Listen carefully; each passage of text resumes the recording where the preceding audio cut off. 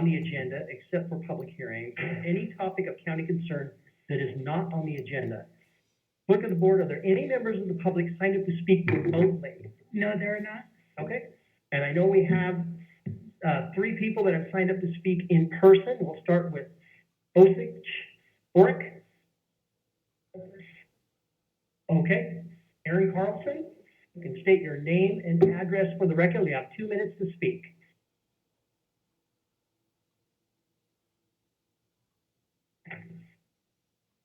P.O. Box 492, Astoria, Oregon. Hello, my name is Erin Carlsen, Associate Director of Lifeboat Services. In 2023, Lifeboat Services was awarded $1.25 million from the state to create new low-barrier shelter beds in Clatsop County over the span of 2 years. This directive and funding came from Governor Kotek's emergency order. Lifeboat took those funds and created the lowest barrier 22-bed shelter in this county, reaching individuals that no other shelters in the area were equipped for. We created our shelter program with a budget of $625,000 a year, the same amount as the Columbia Inn received. We had no funds left over at the end of the biennium. Although a small amount of the funds were used for startup in the first year, we used grant funding for major costs such as a wheelchair lift and the sprinkler system. We've hired the necessary number of staff to ensure safety at all times in our shelter. To date, we have never had a death, a near-death, an overdose, or a violent assault. We've implemented the appropriate systems needed to serve 631 unique individuals to date, 32,107 meals, and 64,743 basic needs services.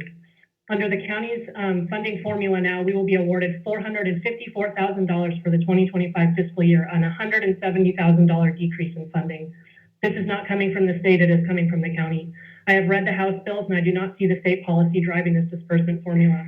According to the county website, of the $1.8 million that the county received to support shelters, the Columbia Inn and Lifeboat were to share 75% to sustain new shelter beds. That's $1,350,000 split between the Columbia Inn and Lifeboat, with a mandate from the state that no shelter beds shall be reduced.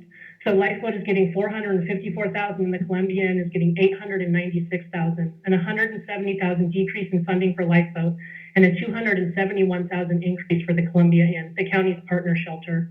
When we told the county admins that we could not operate at the same capacity as we had in the past 2 years with a 27% decrease in funds, we were told that if we reduced nights or beds, we would suffer further funding cuts. Thank you. And then osarch, orak.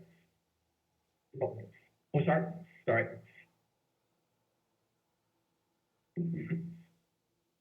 Osarch, orak, P.O. Box 492, Astoria. When we informed the county admins that we could not, in good conscience, sign a funding agreement with a 27% reduction in funds while agreeing to produce the same amount of services, beds, and nights as the previous years, we were told that our money would be taken and redistributed to another agency. This is a direct contradiction to what the state has mandated these funds to be used for, to sustain new shelter beds, not to create new shelter beds with another agency. Lifeboat Services was strong-armed into signing a funding agreement using threats and manipulation. This process exploits our work and degrades our program, our staff and their livelihoods, and all the efforts that we've put into creating something that no one else in this county has. The Columbia Inn and Lifeboat shelters follow 2 different shelter models. The Columbia Inn allows residents to stay in their shelters for up to 2 years. They have a lengthy waiting list and require a person for pre-appointment for coordinated entry before clients are even eligible for intake. This transitional housing model has many barriers. The formula used by the county to determine shelter funds is based on beds without consideration for the fact that our 2 shelters are not comparable in what we provide. Lifeboat serves 5 times more people in a high-risk environment, necessitating more staff, more training, and more basic needs services. We are the only shelter in the county where a person can walk in off the street directly into a bed. We take discharges from CMH almost every night. On top of this, we had no formal conversations with the county before being presented with this inequitable funding agreement.